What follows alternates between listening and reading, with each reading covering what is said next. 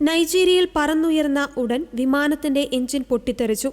Nigerian വിമാന കമ്പനിയായ അറിക് എയറിന്റെ Boeing വിമാനമാണ് അപകടത്തിൽപ്പെട്ടത്.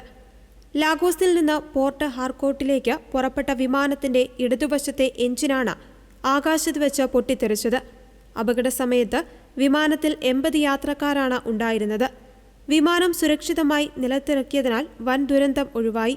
ആർക്കും പരിക്കുകൾ റിപ്പോർട്ട് ചെയ്തിട്ടില്ല.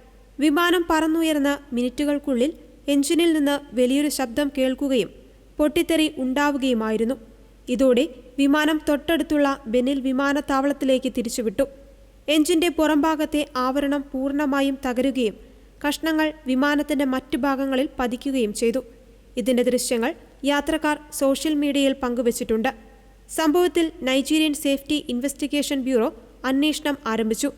എഞ്ചിനുണ്ടായ തകരാറിന്റെ കാരണം കണ്ടെത്താനായി ഫ്ലൈറ്റ് ഡാറ്റ റെക്കോർഡുകൾ പരിശോധിച്ചു വരികയാണ്. ഒറ്റ എഞ്ചിൻ ഉപയോഗിച്ചാണ് പൈലറ്റ് വിമാനം ബെനിൽ വിമാനത്താവളത്തിൽ സുരക്ഷിതമായി എത്തിച്ചത്. യാത്രക്കാർക്കുണ്ടായ ബുദ്ധിമുട്ടിൽ എയർലൈൻ അധികൃതർ മാപ്പ് ചോദിച്ചു.